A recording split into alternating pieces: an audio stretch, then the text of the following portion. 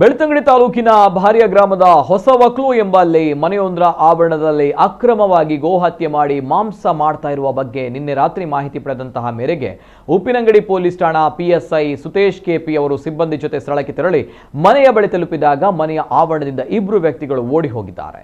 ಬಳಿಕ ಸ್ಥಳ ಪರಿಶೀಲಿಸಿದಾಗ ಗೋಮಾಂಸವನ್ನ ಪ್ಯಾಕೆಟ್ ಮಾಡಿ ಇರಿಸಲಾಗಿದ್ದು ಸಮೀಪದಲ್ಲಿದ್ದ ಆಟೋ ರಿಕ್ಷಾದಲ್ಲಿಯೂ ಕೂಡ ಗೋಮಾಂಸದ ಪ್ಯಾಕೆಟ್ಗಳು ಕಂಡು ಬಂದಿದ್ದು ಒಟ್ಟು 56 ಕೆಜಿ ಮಾಂಸ ಪತ್ತೆಯಾಗಿದೆ.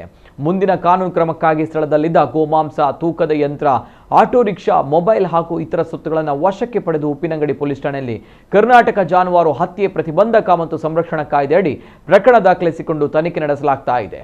ಅಗತ್ಯ ಕಾನೂನು ಪ್ರಕ್ರಿಯೆಗಳನ್ನು ಕೈಗೊಂಡು ಪ್ರಕರಣದ ಆರೋಪಿ ಎಚ್ ಅಬ್ದುಲ್ ರೆಹಮಾನ್ ಎಂಬುವರು ಜಾನುವಾರುಗಳ ವಧೆಗಾಗಿ ಬಳಸಿದ್ದ ಮನೆಯ ಆವರಣವನ್ನು ಜಪ್ತಿ ಮಾಡಲಾಗಿದೆ ಎಂದು ಪೊಲೀಸ್ ಪ್ರಕಟಣೆ ತಿಳಿಸಿದೆ.